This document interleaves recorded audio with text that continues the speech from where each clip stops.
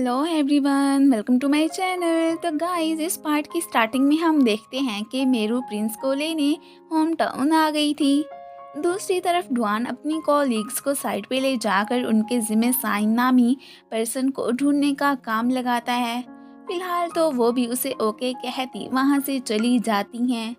Prince को थोड़ी सी नाराज़गी दिखाना तो बनता था, इसलिए मेरू उसे अपनी नज़रों से दूर चले जाने के लिए कह देती है। प्रिंस को अपनी गलती का एहसास था, इसलिए वो मेरू से अपोलोजाइज करता है एंड साथ में प्रॉमिस भी कि आइंदा के बाद मैं कभी भी तुम्हें छोड़कर नहीं जाऊंगा।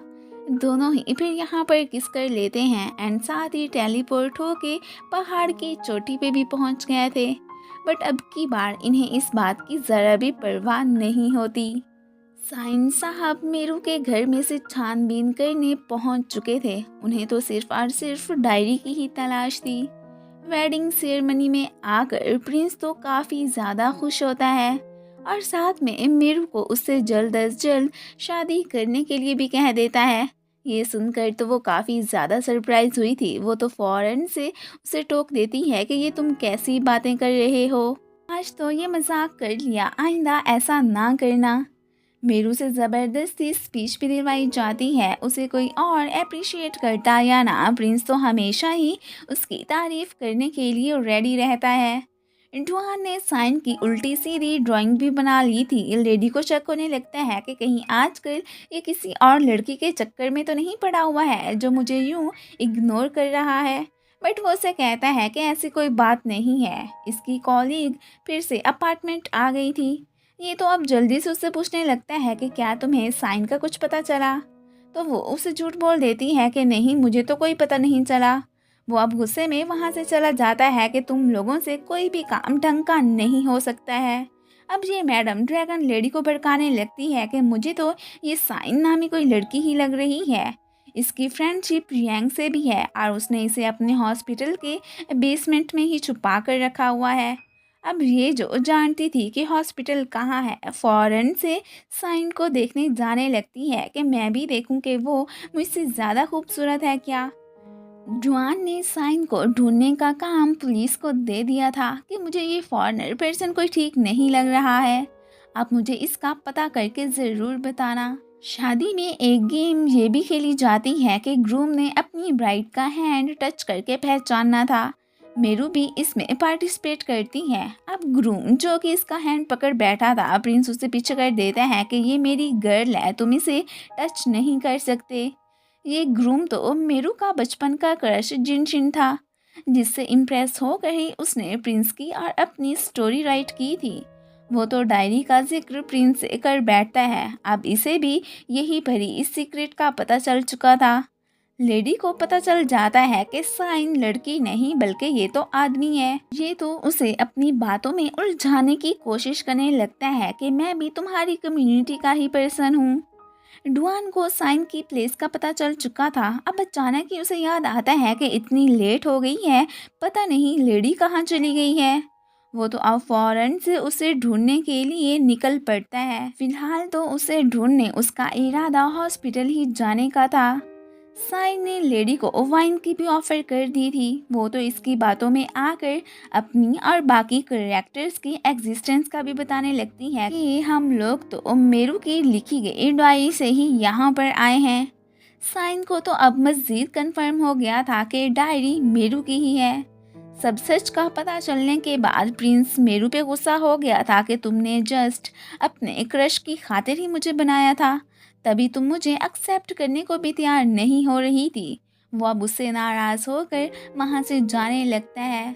वो पीछे से फिर उसे पुकारते ही रह जाती है कि ऐसी बात नहीं है, मैंने बनाया तो तुम्हें जिन चिन से इम्प्रेस होके था, बट असल में मैं तो सिर्फ और सिर्फ तुमसे ही लव करती हूँ। उधर ड्रैगन लेडी तो अपने दिल का सारा अहवाल साइन को बता चुकी थी। वो उसकी इवलनेस को थोड़ी ही ना जानती थी। डुआन तो उसे लेने आ गया था, साथ में साइन को भी वार्न करके जाता है कि मेरी लेडी से दूर ही रहना, यही तुम्हारे लिए बेहतर है। आज तो वो भी डुआन से अपनी फीलिंग्स कन्फेस कर ही लेती है। ये सुनकर तो उसे काफ़ी ज़्यादा अच्छा लगा था एंड दोनों ही फिर वहाँ से जाने लगते हैं। मेरू को कुछ बॉयज तंग करने आ गए थे। अब प्रिंस उसे अकेला कहाँ छोड़ सकता था। अब फौरन से इसकी हेल्प करने आ जाता है। वो चाहे लाख इससे नाराज सही, लेकिन मेरू से दूर नहीं रह सकता था। वो भी अब भला कहाँ इसके बिना रह सकती थी। इमोशनल होकर इसे हक कर लेती है। दोनों ही एक दूसरे को एक्सेप्ट कर चुके थे। अब वो तो यहाँ पर उसे डायरी के बारे में मज़ीद बताने लगती है। अब सिर्फ यंग ही इस डायरी से अनजान था। डुआन ने उसे मिलने के लिए बुलवाया था कि जिस पर्सन को तुमने पनाह दी हुई है वो अच्छा नहीं है। ये बिलीव करने को तैयार ही नहीं था। बातों ही बातों में वो तो इससे डायरी का जिक्र भी कर बैठता है। यंग डायरी जियांग के पास देख चुका था, इसलिए हैरान होता है कि ये वाली बात उसने मुझे क्यों नहीं बताई। बाद में डुआन ने लेडी को जीपीएस ब्रेसलेट गिफ्ट कर दिया था कि इसकी मदद से वो हर वक्त इस पर नज़र रखी रखेगा। यंग को भी साइन की रियलिटी का पता चल चुका था। अब वो तो इसके सामने भी ऐसे प्रिटेंड करने लगता है कि जैसे ये उन्हीं के साथ ही फ्यूचर में आया है। वो तो यहाँ पर ज़बरदस्ती उसे एक स्टोन टैबलेट पे अपना हाथ रखने के लिए भी कह देता है, जो कि ये रख भी देता है। दूसरी तरफ मेरू खुश थी कि प्रिंस के आने से मेरी लाइफ में जो डायरी वाला गिल्ट था अब कम हो चुका है। वो तो यहाँ पर उसे थैंक्स भी कहती है कि तुम्हारी वजह से मैं लाइफ में इतनी ज़्यादा हैप्पी हुई हूँ।